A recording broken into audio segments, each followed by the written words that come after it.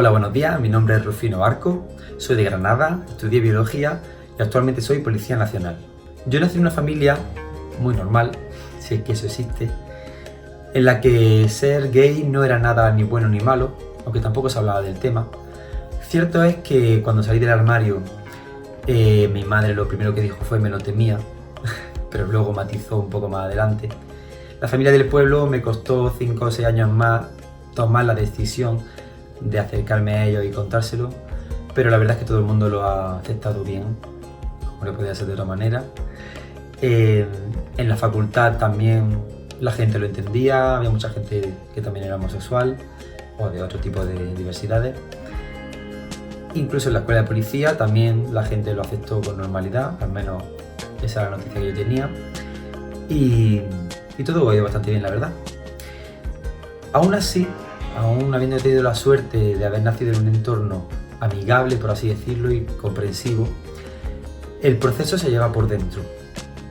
Aún creyendo que te pueden entender fuera, ese proceso interno en el que te estás autodefiniendo, en el que necesitas saber cómo eres y quién eres, es un proceso complicado porque al menos en los años 80, 90, que es cuando yo empecé a identificarme conmigo mismo, había muy pocos referentes de personas homosexuales. Deportistas prácticamente no había, que es muy interesante porque ahora hago mucho deporte. A nivel mediático pues había 2 o 3, pues era la imagen de la persona con pluma, el maricón de pueblo, esos eran los referentes que había un poco por encima. Entonces como que me costaba encuadrarme dentro de ese colectivo y aún así yo me sentía diferente. Ya conforme va pasando la adolescencia vas descubriendo de que sí, que eso que piensas al final es.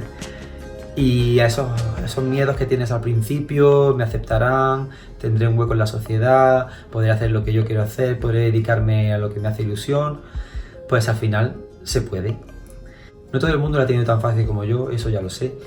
Hay mucha gente que está en un entorno escolar que no lo entiende, que tiene un entorno familiar que lo discrimina, que incluso lo echa de casa, que no lo deja ser como se siente y tiene la necesidad de huir, de cambiar de espacio, cambiar de entorno, de personas alrededor.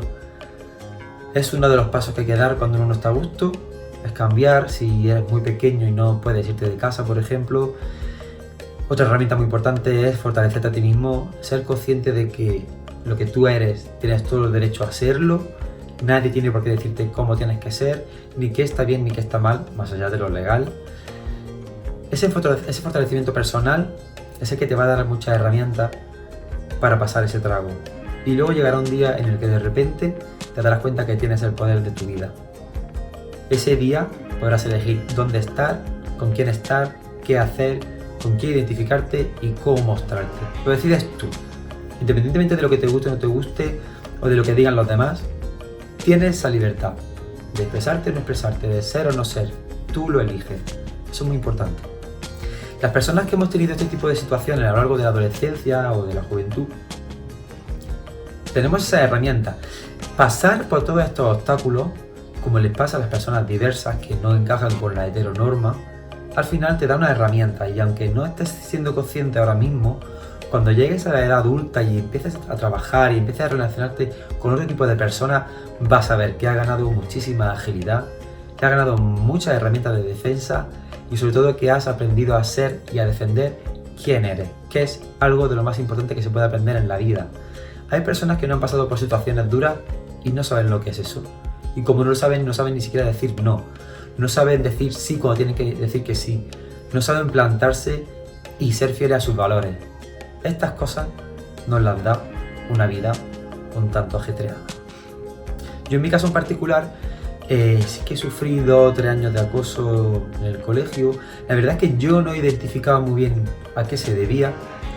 Es cierto que me habían cambiado de colegio de un pueblo a la capital, eso había ahí cierto desnivel, se notaba también en el acento, en las culturas, en las cosas que hacíamos, se notaba un poco, pero es verdad que era la época en la que yo empezaba a desarrollar, empecé a generar un poco más de pluma, mi comportamiento no era el típico de los chicos, yo no quería jugar al fútbol, en fin, ese tipo de cosas, y es muy posible que fueran las razones del acoso, ¿no? Pues a lo mejor te perseguían después de clase, te espían o te pegaban, te tiraban piedras y cosas de esas.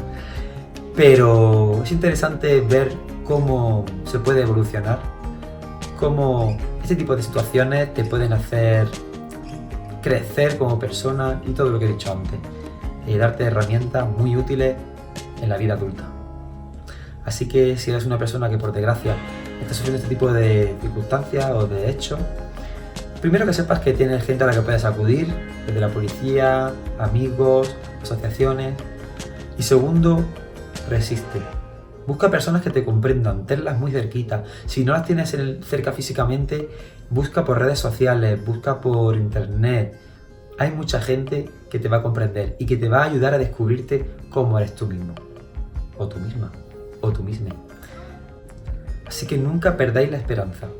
Hay un futuro ahí fuera y además va a ser muy, muy interesante, sobre todo cuando lo descubráis. ¡Ánimo! Un beso muy fuerte.